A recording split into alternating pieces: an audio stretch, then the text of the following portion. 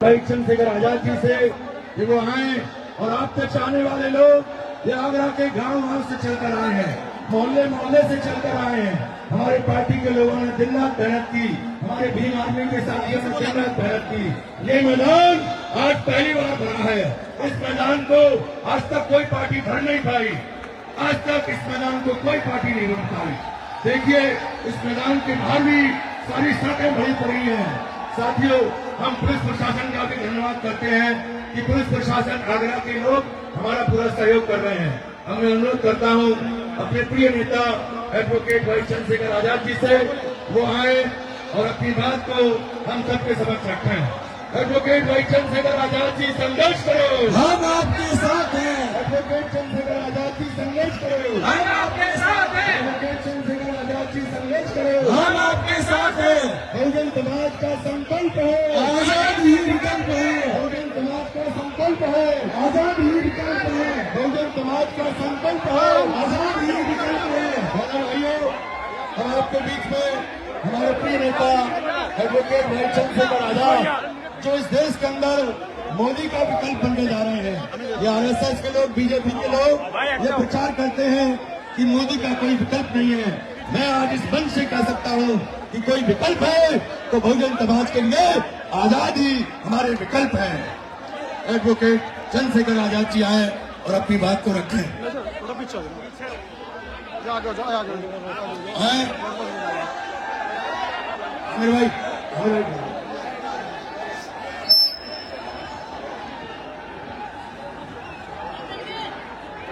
भाई उधर का साउंड बंद हो गया है। हमारे आमिर भाई कहने गए थे इसको चालू कर दो। ठीक है, चालू कर दो। आए हमारे प्रिय नेता एडवोकेट भाई चंद्रशेखर आजाद अब आपके बीच में अपने विचार रख रहे हैं।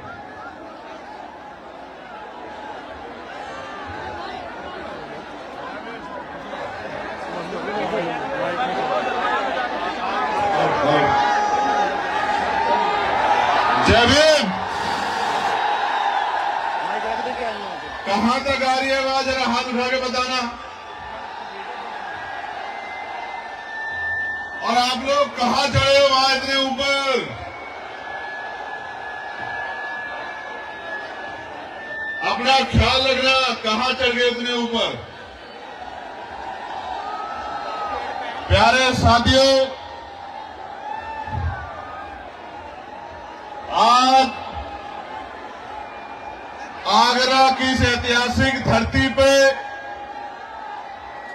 जिस तरह का प्यार, जिस तरह का आशीर्वाद, जिस तरह का जमावड़ा आप लोगों ने इतने बड़े पैमाने पे आज इस आगरा के कार्यक्रम को सफल बनाने के लिए किया है, मैं आपका दिल की गहराइयों से बहुत बहुत धन्यवाद करता हूं। प्यारे साथियों, मैं अपनी बात को शुरू करने से पहले बहुजन समाज में जन्मे सभी संतों, गुरुओं और महान पुरुषों को नमन करता हूं। और उनमें भी महामानव तथागत बुद्ध, जिनको पूरी दुनिया में शांति का प्रतीक माना जाता है, जगत गुरु सदगुरु रविदास जी महाराज, जो अंधविश्वास पाखंडवाद को जिन्होंने चूल हिला के रख दी थी, गुरु नानक देव, गुरु वाल्मीकि जी, गुरु घासीदास जी, संत गाडगे जी महाराज, नारायणा गुरु, राष्ट्रपिता ज्योतिबा फूले, मां सावित्रीबाई फूले, जो शिक्षा के नायक हैं, नायिकाएं हैं, मां फातिमा शेख,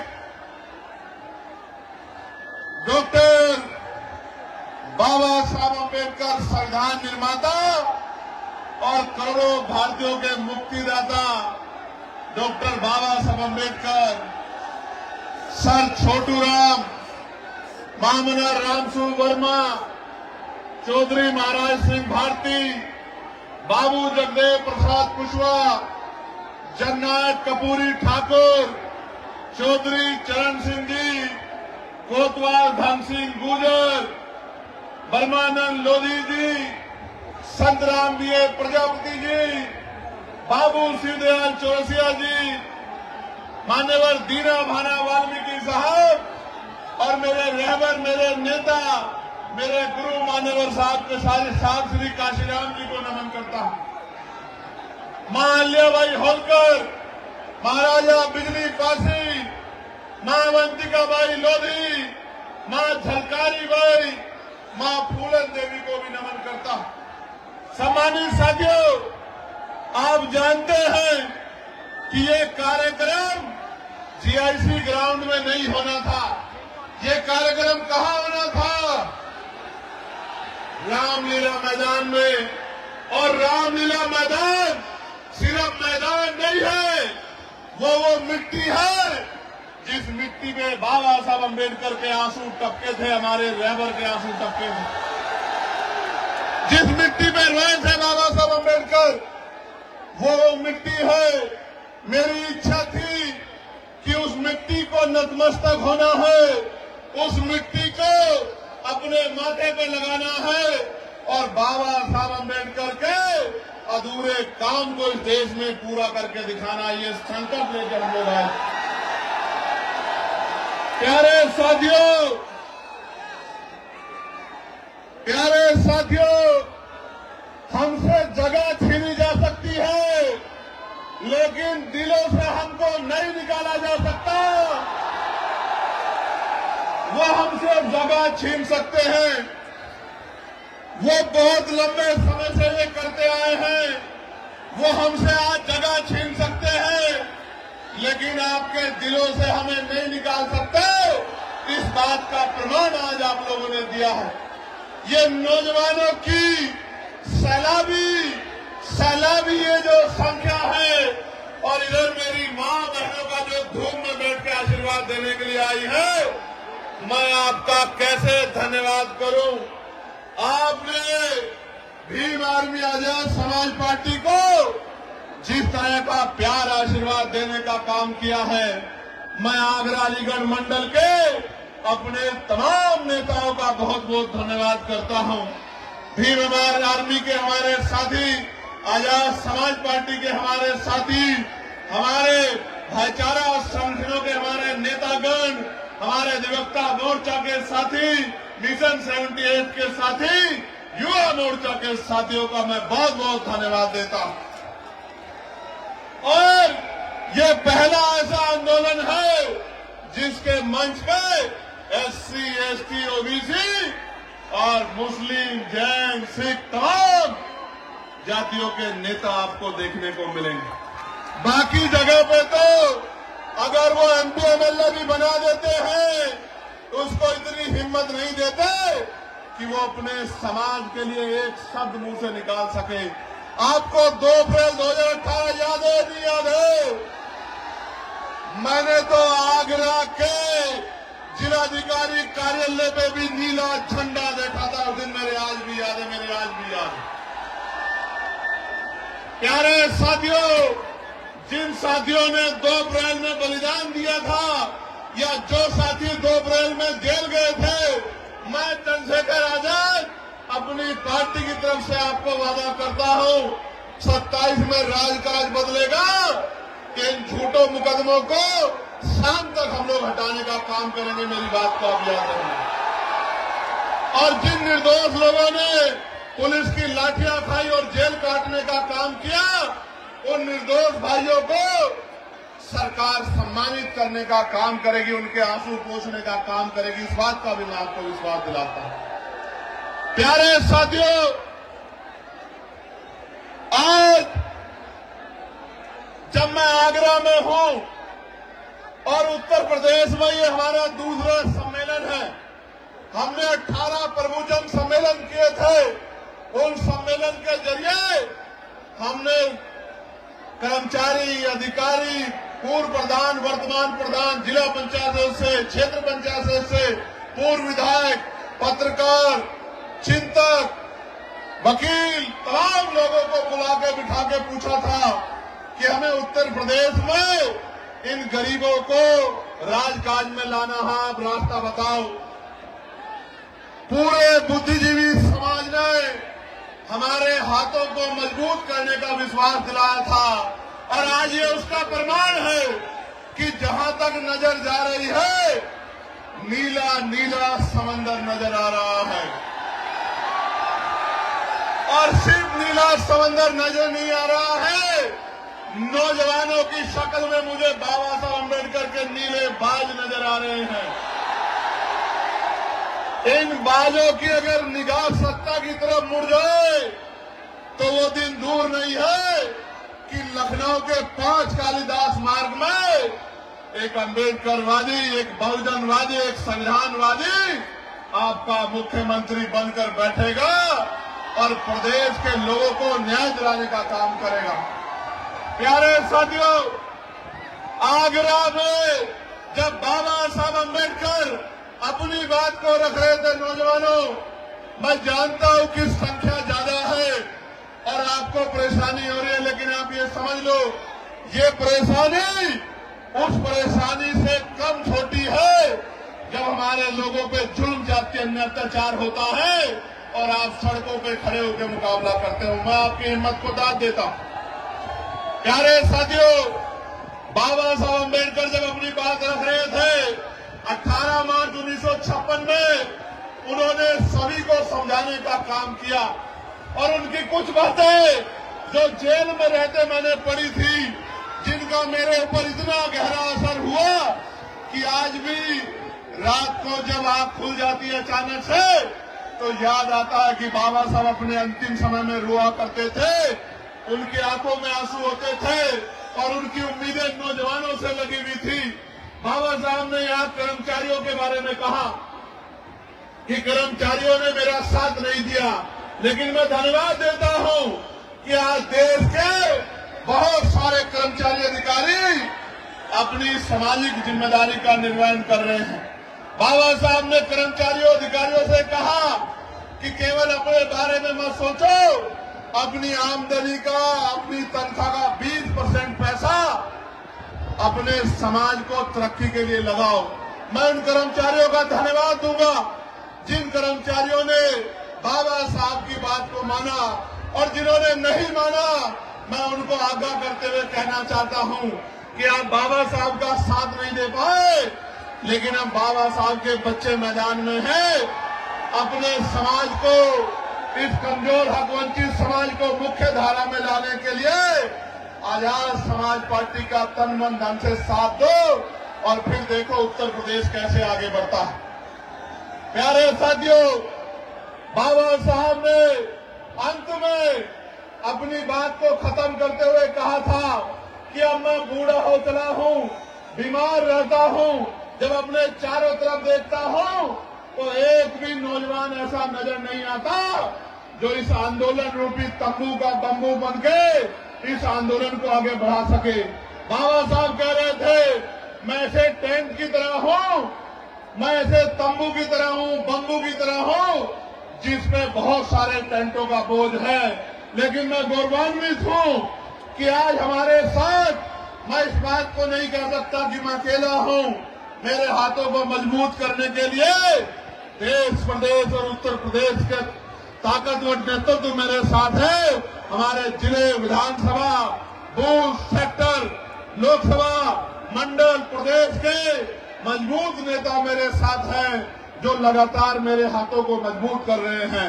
प्यारे साथियों, मैं आपको ये कहना चाहता हूं, बाबा साहब ने उस दिन ये कहा था रोते हुए कि एक भी नौजवान दिखाई नहीं देता जो इस आंदोलन को आगे बढ़ा सके। आज मुझे इस मैदान में लाखों नौजवान दिखाई देते हैं जो बाबा साहब की बात को मानने के लिए तैयार है और बाबा साहब की बात को मानने के लिए तैयार नौजवानों, आपकी शक्ति से शासन प्रशासन को चीजों को समझ ही रहा है, लेकिन सरकारों की भी नींद खराब है। वरना आज का कार्यक्रम रामलीला ग्राउंड में होता। मैं यहाँ के प्रशासन का धन्यवाद करना चाहता हूँ कि उन्होंने काफी मदद की है, मगर साथियों आपकी भी जिम्मेदारी है कि आप अपनी लड़ाई को स्वयं लड़े। प्यारे साथियों, हम उत्तर प्रदेश को कैसा प्रदेश बनाना चाहते हैं, मैं उस पर प्रकाश डालना चाहता हूं। ऐसा प्रदेश जहां शिक्षा गरीबों के दायरे में हो, जहां गरीबों को अच्छी से अच्छी शिक्षा मिले। मैं बहुत जिम्मेदारी से आपके बीच में बात रखते कह रहा हूं, 2000 रुपए आपको राशन के मिले ना मिले, 5 किलो राशन मिले ना मिले, लेकिन शिक्षा 1 नंबर की मिलेगी आजाद समाज पार्टी के राज में। ऐसी शिक्षा मिलेगी जो यहाँ के प्राइवेट स्कूल भी देने में भी सक्षम नहीं है, जिसकी महीने की फीस 20,000 रुपए है। मैं संकल्प लेकर कहता हूं कि हम लोग करके दिखाएंगे कि गरीब के बच्चों को ऐसी शिक्षा मिलेगी कि अमीर के बड़े बड़े स्कूल, अमीरों के बड़े बड़े स्कूल में पढ़ने वाले बच्चे भी गरीबों के बच्चों का मुकाबला नहीं कर पाएंगे। आपको 5 किलो राशन मिले ना मिले, लेकिन आपके बच्चे को इतना मजबूत करेंगे कि वो 50,000 रुपए की नौकरी रोजगार करेगा महीने का, और आपकी आंख में आंसू नहीं आने देगा। मेरी बात को आप याद रखना, ऐसी व्यवस्था लागू करेंगे। प्यारे साथियों, ऐसी चिकित्सा व्यवस्था लागू करेंगे कि इलाज की कमी और पैसे की कमी के कारण किसी की जान नहीं जाएगी। जैसे मैंने अपने पिता को खो दिया था, मैं आपको संकल्प करके कहता हूं इस मिट्टी से। प्यारे साथियों, सिर्फ जान ही नहीं जाएगी, न जमीन गिरवी रखनी पड़ेगी, न उधार लेना पड़ेगा। कोई भी बीमारी होगी, 1000 रुपए से कम में आपका इतना अच्छा इलाज होगा कि आप बीमार होकर चले तो जाओगे, लेकिन खुशहाल होकर अपने परिवार के बीच में आओगे। ऐसी व्यवस्था हम लोग करके देंगे उत्तर प्रदेश। प्यारे साथियों, लच्छेदार भाषण तो आप 75 साल से सुनते आ रहे हैं। एक हमारे पुराने आंदोलन के अलावा किसी ने गरीबों की सुध लेने का काम नहीं किया जिलाध्यक्ष जी। तो मैं ये कहना चाहता हूं कि और कोई करे ना करे, पढ़े लिखे नौजवानों को रोजगार देने का काम आजाद समाज पार्टी 1 साल के अंदर करने का काम करेगी। मेरी बात को आप याद रखना। रोजगार देने का काम, आपके आंसू पोंछने का काम, आपकी जेब को मजबूत करने का काम, आपको सपने पूरे करने का अधिकार आजाद समाज पार्टी आपको 1 साल के अंदर अवसर बना के देगी। प्यारे साथियों, आज कानून व्यवस्था का क्या हाल है? आज कानून व्यवस्था का हाल खराब है। जुल्म जाति अन्याय अत्याचार हो रहा है, बहन बेटियों की इज्जतें लुट रही है। मैं आपको संकल्प करके कहता हूं, अगर कोई अपराधी किसी बच्ची की तरफ आंख उठा लेगा, तो मुख्यमंत्री तो भी कह रहे थे, मैंने मेरठ में भी पूछा था कि हर चौराहे पे यमराज खड़े हैं, यमराज ना खड़े हों, लेकिन पुलिस को इतनी शक्ति दी जाएगी कि किसी गुंडे की हिम्मत नहीं होगी बहन बेटियों की तरफ आंख उठा ले।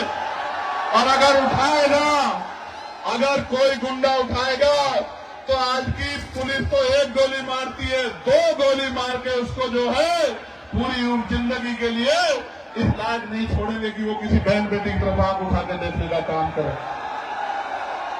जब मैं ये बात कह रहा हूं, तो मीडिया के लोग मेरी आलोचना करेंगे अपने दफ्तरों में बैठ के कि चंद्रशेखर आजाद कह रहे हैं कि 2 गोली लगवा देंगे। लेकिन मैं कह रहा हूं, बाबा साहब अम्बेडकर ने कानून मंत्री पद से इस्तीफा दे दिया था बहन बेटियों को हक अधिकार दिलाने के लिए। इन बहन बेटियों के सम्मान के लिए 1 नहीं 2 गोली तो उस दरिंदे को लगनी चाहिए जो बहन बेटियों की तरफ आंख उठाने का काम करे। लगनी चाहिए। प्यारे साथियों, आज महंगाई ने कमर तोड़ दी है। मेरे आज भी याद है 2004-5 में सोना 10,000 रुपए हुआ करता था। आज कितना है? 1,54,000 रुपए। 1,15 लाख तो नहीं आए, लेकिन सोना 10,000 से 1,54,000 रुपए हो गया। किसी गरीब के अंदर हिम्मत नहीं बन पा रही है कि वो शादी में सोने की व्यवस्था कर ले। मैं आपको कहना चाहता हूं, ये सोने का दाम ऐसे नहीं बढ़ा।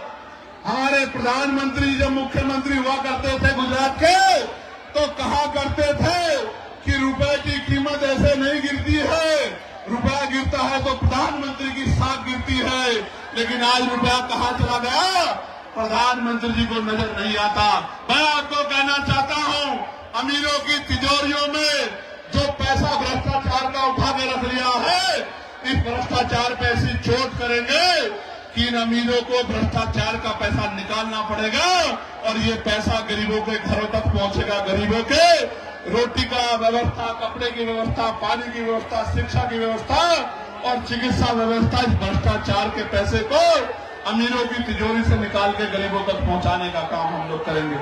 प्यारे साथियों, बाबा साहब ने 1956 में जमीनों की बात की थी। मैं आपके सामने कहना चाहता हूं, पुरानी सरकारों ने जितनी जमीन दी थी गरीबों को, अति पिछड़ों को, दलितों को, चुन चुन के उन जमीनों को छीनने का काम सरकार कर रही है। असामी पट्टे हो या सीलिंग वाले पट्टे या कोई और पट्टे, सारे पट्टों को लगातार पिछड़े मुसलमानों को जो जगह थी छीनने का काम कर रही है। जब सरकार बड़े बड़े हाईवे बना के जमीन एक्वायर कर सकती है तो भूमिहीन मजदूरों को, किसानों को क्यों नहीं जमीन दे सकती? सरकार के पास का कोई जवाब नहीं है। और जिन्होंने 70 साल में घर बना के जो लोग रह रहे हैं, जैसे मथुरा में एक बस्ती को उजाड़ने का काम सरकार करने की बात कर रही है, जहां गरीब, दलित, वाल्मीकि समाज के लोग रह रहे हैं। मैं सरकार को चेताना चाहता हूं, अगर आप गरीबों के घर छीनने का काम करोगे मथुरा में या पूरे प्रदेश में, या उनकी जमीन छीनने का काम करोगे, हम आपकी कुर्सी छीन लेंगे। मेरी बात को याद रखना, ये गरीब आपको सबक सिखाएंगे। प्यारे साथियों, मैंने पार्लियामेंट में एक बिल लेके आया था, मैं निजी क्षेत्रों में आरक्षण का। आपने पढ़ा होगा, सुना होगा कि दलितों को, पिछड़ों को निजी क्षेत्रों में आरक्षण मिलना चाहिए, क्योंकि सरकारी नौकरियां 2% है, प्राइवेट सेक्टर में आरक्षण मिलना चाहिए। बड़ी बहस हुई, कोई कहता है चंद्रशेखर आजाद तो निजी क्षेत्रों में आरक्षण की बात कर रहे। बात नहीं कर रहा हूं, राजकाज बनने दो। पिछड़े, अति पिछड़ों, दलितों को 98% प्राइवेट सेक्टर में आरक्षण देने का काम हम लोग करेंगे, रोजगार देने का काम हम लोग करेंगे। मेरी बात को आप याद रखना। ये प्राइवेट सेक्टर किसी पूंजीपति का नहीं है, ये सरकारी पैसे से बनता है, सरकारी जमीन से बनता है, गरीबों के हक से बनता है। इस 98% प्राइवेट सेक्टर में आज आगरा की धरती से संकल्प हम लोग लेते हैं, इस 98% प्राइवेट सेक्टर में, इन उद्योगों में कमजोर वर्गों के लोगों को हम लोग आरक्षण देने का काम करेंगे। इस बात का मैं आपको विश्वास दिलाता हूं। आपको याद होगा, एक पार्टी है जो अपने आप को नारा लगाती है कि हम दलितों, पिछड़ों, मुसलमानों की पार्टी है, हम इनका ध्यान रखते हैं। प्रमोशन में रिजर्वेशन का बिल फाड़ने वाली पार्टी कभी दलित, पिछड़े, मुसलमानों की हितैषी नहीं हो सकती। मेरी बात को आप याद रखना। मैं आपको आगरा की धरती से चेताने का काम कर रहा हूं। ये आपकी वोटों को लेने के लिए तमाम तरह के कपड़े, तमाम तरह की भाषा बदल के आएंगे। ये आपके हितैषी होते तो आपके कर्मचारियों को डिमोशन का सामना नहीं करना पड़ता, आपके कर्मचारियों को खून के आंसू नहीं रोने पड़ते। इस बात का आपको एहसास होना चाहिए। और अगर हम लोग को मौका मिल जाएगा तो पिछड़े, अति पिछड़ों को भी दलितों के साथ प्रमोशन में आरक्षण दिलाने का काम हम लोग उत्तर प्रदेश में करेंगे। मेरी बात को आप याद रखना। प्यारे साथियों, मैं तो यही तक नहीं, मैं सामाजिक न्याय को मानने वाला व्यक्ति हूं। आगरा की धरती पर खड़े हुए कह रहा हूं, इसलिए तमाम लोग मेरे पीछे षड्यंत्र कर रहे हैं कि दलितों की तरह पिछड़े वर्ग के लोगों को भी पॉलिटिकल रिजर्वेशन हम लोग दिलाने का काम करेंगे विधानसभा, लोकसभा में। मेरी बात को आप याद रखना। जो कोई नहीं कर पाया वो बाबा साहब अम्बेडकर के बच्चे करके दिखाएंगे। मुस्लिम भाइयों, आप भी तैयार हो जाओ, हिम्मत करके दिखाओ। आजाद समाज पार्टी आपको भी संख्या के आधार पर आपकी हिस्सेदार दिला कर रहेगी। मेरी बात को याद रखना। और अति पिछड़े वर्ग के लोगों को कहना चाहता हूं, उनके मन में भय रहता है। आरक्षण 27% दिया गया है, जबकि आबादी 52% थी। मैं आपको विश्वास दिलाता हूं, पिछड़े वर्ग के लोगों को, पाल प्रजापति, कश्यप मौर्य, साक्यम, बिल, कुशवाहा, राजभर, तमाम लोगों को 15% उत्तर प्रदेश में अलग से आरक्षण की व्यवस्था करा के देने। मेरी बात को आप याद रखना, जिससे कि कोई विवाद ना रहे और आपकी भी संख्या कम ना रहे, आपको भी आगे बढ़ के आने का मौका मिले। पाल प्रजापति, सैन विश्वकर्मा मौर्य का बच्चा भी, निषाद का बच्चा भी, दुनिया चौहान का बच्चा भी मुख्य धारा में, इस बात का भी मैं आपको विश्वास दिलाता हूं। प्यारे साथियों,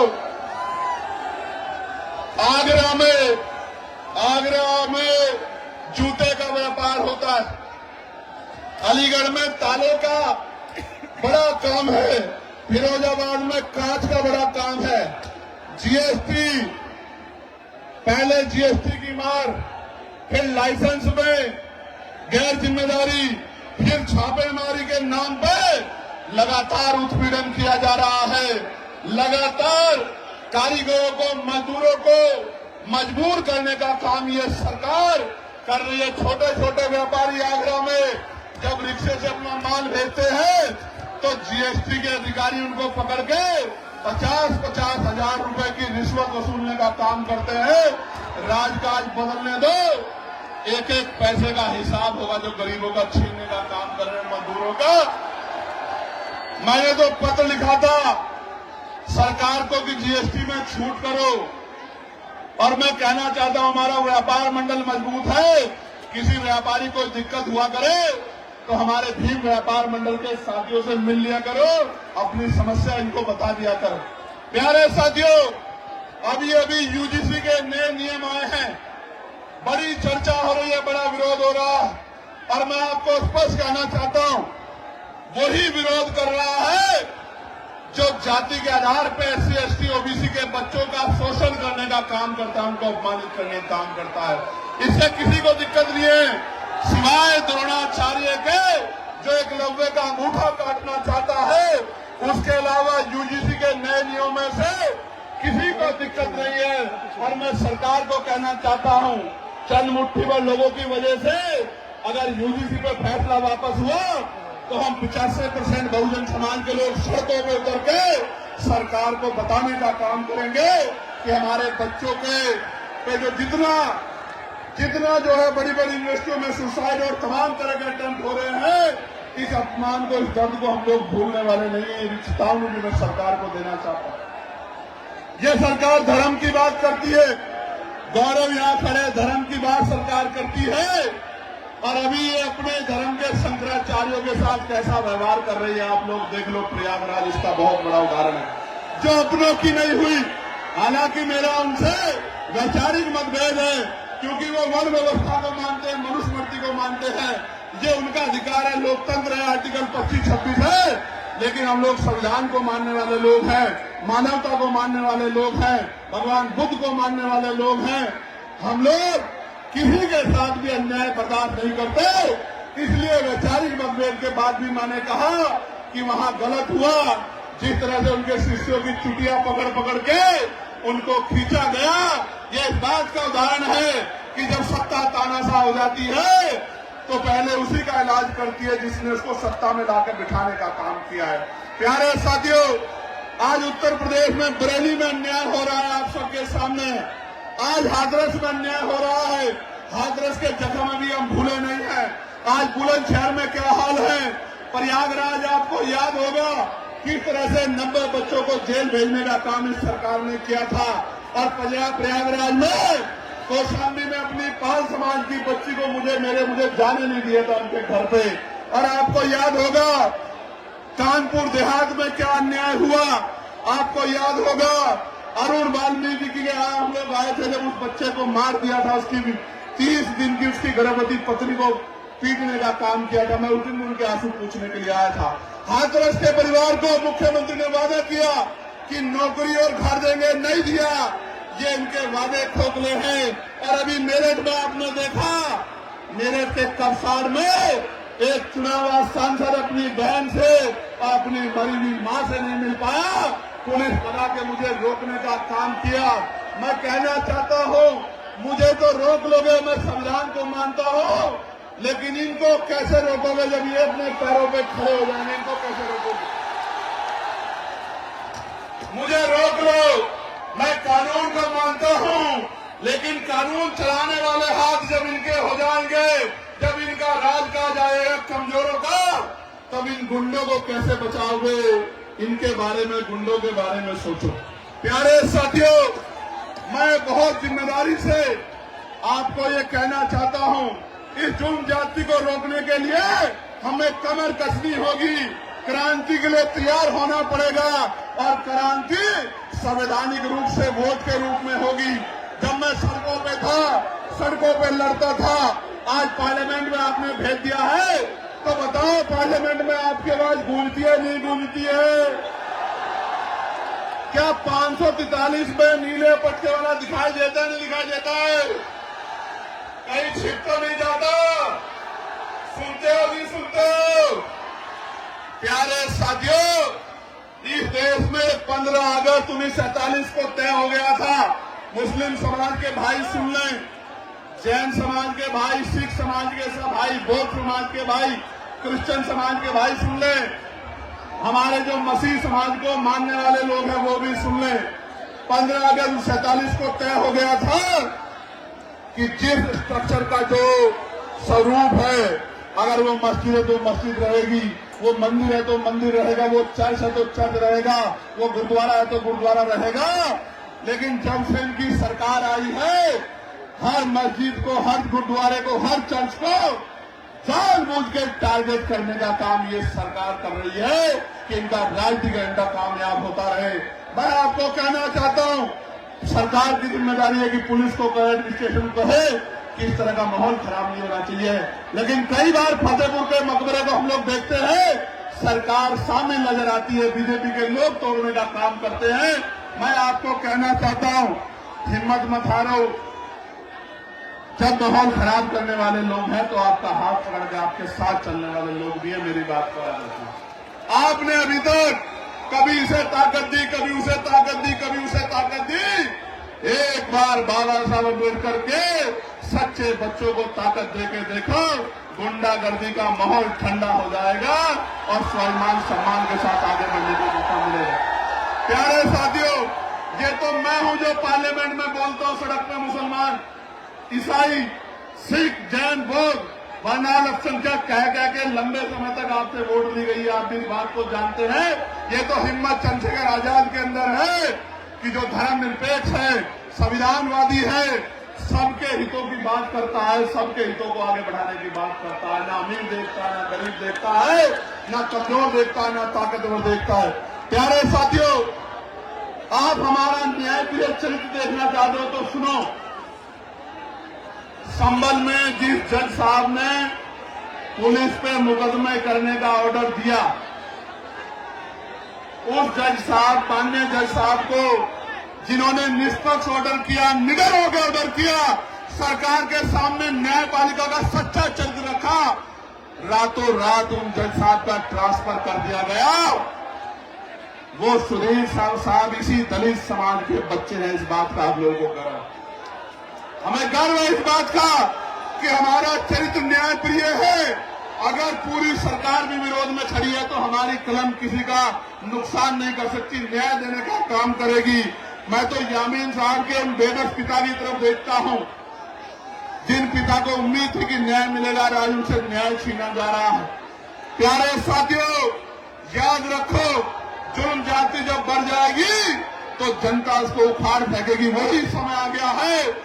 यहां से वहां तक ये नीला समंदर इस बात का ऐलान कर रहा है, आगरा में खड़े होकर, ये राजधानी है, आगरा कमजोरों की राजधानी है या नहीं है? राजधानी बताओ, जोर से बताओ, है या नहीं है? ये राजधानी में खड़े होकर मैं आपको कह रहा हूं, पिछड़ो की पिछड़ो, दलितों को, मुसलमान भाइयों को, सिख भाइयों को, जैन भाइयों को, बुद्धिस्ट भाइयों को, न्याय प्रिय सामान्य जाति के लोगों को भी कह रहा हूं, ये सरकार धर्म के नाम पे आपको कमजोर कर सकती है, कभी आपको आगे नहीं बढ़ा सकती। ये काम करने का काम भी वही करेगा जिसने बाबा साहब अम्बेडकर के विचारों को अपने अंदर आत्मसात किया हो। बाबा साहब ने कहा था कि जाकर पढ़ना संविधान को, मैंने एक जाति के लिए काम नहीं किया, हर व्यक्ति की आजादी सुनिश्चित की है, उसके अधिकार सुनिश्चित किए हैं।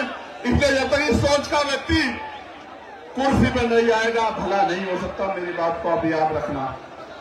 प्यारे साथियों, आज सरकार जुडिशरी को अपने कब्जे में लेना चाहती है, उस पर दबाव बनाना चाहती है, अपने हिसाब से चलाना चाहती है। मैं न्यायपालिका में बैठे जजों से कहना चाहता हूं, माननीय न्यायाधीशों से कहना चाहता हूं, घबराने की जरूरत नहीं है। आपकी रक्षा सुरक्षा के लिए आजाद समाज पार्टी भीम आर्मी खड़ी है। आप निष्पक्ष होकर काम करो। आपके ऊपर उंगली उठेगी तो हम लोग गोली खाने के लिए सबसे आगे खड़े रहेंगे। मेरी बात को आप याद रखिए। प्यारे साथियों, अभी एक आदेश आया और वो आदेश है, नीरज साहब, फोन पे आप SC ST को गाली दे दो तो इसको अपराध नहीं माना जाएगा। अगर फोन पे किसी को गाली दी जाए, धमकी दी जाए, शब्द कहे जाए, वो अपराध माना जाएगा, लेकिन SC ST को कहा जाएगा तो अपराध नहीं माना जाएगा। आप देखो मौर्य लाट कैसे मजाक उड़ा रहे हैं कमजोरों का। ये लोग देखो, पहले थाने में FIR नहीं होती। मैं एक परिवार से मिला, मेरी बात पे गौर करो नौजवानों। उस परिवार ने मुझसे कहा कि भैया, अमीर आदमी सीधे चला जाता है थानाध्यक्ष के ऑफिस में, CO के ऑफिस में, ASP के ऑफिस में, DCP के ऑफिस में, कमिश्नर के ऑफिस में, SSP के ऑफिस में, DM के ऑफिस में, DM के ऑफिस में, SDM के ऑफिस में, तहसीलदार कानूनगो सेक्रेटरी के ऑफिस में। गरीब आदमी बाहर इंतजार करता रहता है कि कब अधिकारी बुलाएंगे, कब उसको न्याय मिलेगा। ये है उत्तर प्रदेश आज का। मैं आपको विश्वास दिलाता हूं, राजकाज बनने दो, अधिकारी आपकी बस्तियों में आगे कैंप लगा के आपकी समस्या को सुना करेंगे और उसका हल किया करेंगे। मेरी बात को याद रखिए। याद है नहीं याद है, मेरी लोकसभा में मैं अधिकारियों को उस गारे में ले गया था, नहीं ले गया था कीचड़ में, इसीलिए लेके गया था कि जाके गरीबों के हाल देखो और आपको पता लगे कि आपके लिए मखमली सड़कें और गरीब कीचड़ में रहते हैं, 2-2 फुट कीचड़ में। आज भी आप कमजोर वर्गों की बस्ती में जाओ, मोटरसाइकिल के अलावा 4 फुट की गाड़ी नहीं घुस सकती। ऐसे हाल गरीबों की बस्तियों के बने हैं। कीचड़, गंदगी, सफाई की व्यवस्था नहीं है। मैं आप सबको कहना चाहता हूं, हिमांशु साहब कह रहे थे, अमित गुजर जी, कसाना जी बैठे हैं, वो भी इस बात पे मुझसे कह रहे थे, छतपाल चौधरी जी भी कह रहे थे, चक साहब भी कह रहे थे, चित्तौड़ साहब ने भी कहा कि यहाँ ठेकेदारी आउटसोर्सिंग के जरिए सफाई कर्मचारियों को देश भर में भी और आगरा में उनके हितों को लूटने का काम किया जा रहा है। मैं आपको विश्वास दिला जाता हूं, तमाम आउटसोर्सिंग खत्म कर देंगे उसी दिन। संविदा या पक्की नौकरी, और वो भी 50,000 रुपए से कम नहीं देंगे। मेरी बात को आप याद रखना, जब आजाद समाज पार्टी के हाल में। और ये निजी क्षेत्र का ट्रेंटो का हाल देख लो, एक गरीब को कनेक्शन नहीं देती है कंपनी। इन सारी कंपनियों वालों को जो सही काम नहीं करेंगे, इनको सबक सिखाने का काम हम लोग करेंगे। प्यारे साथियों, एक बहुत बड़ी समस्या ये है कि आज ईसाई समाज, मसीही समाज परेशान है। चर्च में अपनी उपासना पूजा नहीं कर पा रहा है, अपनी प्रार्थना नहीं कर पा रहा है। कोई भी आता है, उनके साथ मारपीट करने लगता है, उनको भगाने लगता है, उल्टा पुलिस भी उन पर मुकदमे कर देती है। मैं मसीही समाज को कहना चाहता हूं, मैं चंद्रशेखर कह रहा हूं, अगर कहीं आपके चर्चों पे हमला होगा या आपको अपमानित करने का काम किया जाएगा तो आजाद समाज पार्टी भीम आर्मी सीना तान के आपकी लड़ाई लड़ने का काम करेगी। आप अकेला मत समझना खुद को, बिल्कुल अकेला मत समझना। ऐसे ही मैं सिख भाइयों को, मुसलमान भाइयों को भी कहना चाहता हूं कि आप भी मन पक्का कर लो, आप भी आजाद समाज पार्टी के साथ खड़े हो जाओ। आने वाले 10-15 दिन में वैसे भी माहौल उत्तर प्रदेश का बदलने वाला है। मेरी बात को आप याद रखना, आने वाले 15 दिन में देख लेना, उत्तर प्रदेश का माहौल बदलने वाला है। आप भी कमर कस लो, कमजोरों की एकता इत्तेहाद ही इस सरकार को उखाड़ के फेंक सकती है। वरना 95% वोट दिया था आपने पिछली बार उत्तर प्रदेश में। 2022 में क्या मिला? 125 सीटें, 125 सीटें। आप एकजुट हो जाओ, 300 सीटें जीतेंगे, 300 सीटें। मेरी बात को आप याद रखना, क्या 125 सीटों की बात करते हैं।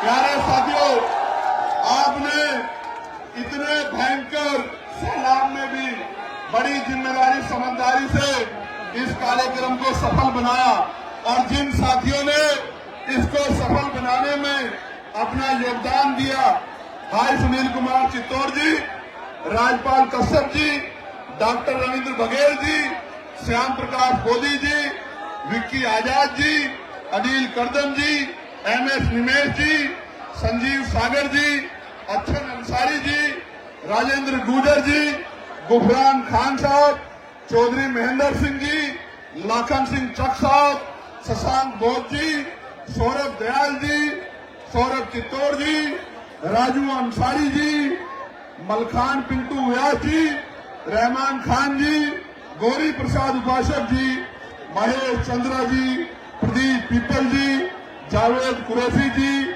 अमजद कुरैशी जी, रामवीर करदम जी, बहन प्रतिभा जी, रविंद्र पारस जी, संगरतन सेठी जी, चंद्र प्रकाश गौतम जी, के गौतम जी, दक्ष यादव जी, ब्रजेश एडवोकेट जी, सिकंदर बोध जी, भाई रिंकू जी और तमाम हमारे साथी, रिंकू सेठ से लेकर तमाम हमारे साथियों, जिन साथियों ने अपना योगदान देने का काम किया, जिन्होंने इस कार्यक्रम को सफल बनाने के लिए अपना एक एक पैसा जुटाने का काम किया। आपका एक एक पैसा ये मेरे ऊपर आजाद समाज पार्टी पे कर्ज है, राजकाज बनने दो, रोजगार के साथ जोड़ के कर्ज को उतारने का काम करेंगे। भाई सानू जी का भी, पुलिस के भाइयों का भी, बहुजन मीडिया का भी, मेन स्ट्रीम मीडिया के साथियों का भी, जो आज यहाँ पहुंचे हैं, और ये जो हमारे नौजवान पत्रकार जो कई दिनों से लगातार ग्राउंड बदलने के बाद जिन्होंने सूचना का आदान प्रदान किया, मैं दिल से धन्यवाद करता हूं आप सब लोगों का, आपके चैनल्स का, आपकी हिम्मत का, आपके निस्वार्थ भाव का मैं आपका बहुत धन्यवाद करता हूं। और अवसर मिलने पे आपको आगे बढ़ाने में भी कोई कमी हम लोग नहीं छोड़ेंगे, इस बात का भी मैं आपको विश्वास दिलाता हूं। सारी बहनों का, तमाम यहाँ पहुंचे साथियों का, नौजवानों का, उन्हें शासन प्रशासन के भाइयों का, और वो जो बाबा साहब का झंडा लहरा रहे हैं,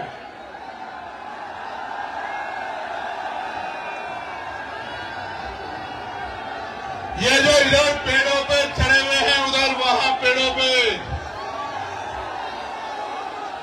वो जो वहां टूरिस्ट बस पर वहां सामने खड़े ग्राउंड के बाहर, वो जो वहां उस पीली बिल्डिंग पे खड़े हुए हाथ हिला रहे, झंडा लहरा रहे, उन सबसे एक बात कहना चाहता हूं, एक बार आजाद समाज पार्टी को मौका दो, आंख में आंसू नहीं आने दूंगा, विश्वास दिला के कहना चाहता हूं। मेरे साथ हाथ ऐसे करके संकल्प करो, यहां से लेकर वहां तक सब लोग। आज हम आगरा की इस ऐतिहासिक धरती पर, इस ऐतिहासिक धरती पर 18 मार्च 1956 को बाबा साहब ने अपनी बात को रखते हुए समाज में पीड़ा को देखकर भावुकता के कारण ये कहा था कि मुझे एक भी नौजवान नजर नहीं आता, जो इस आंदोलन का तंबू बन के इस आंदोलन को आगे बढ़ा सके। हम आज 25 फरवरी 2026 को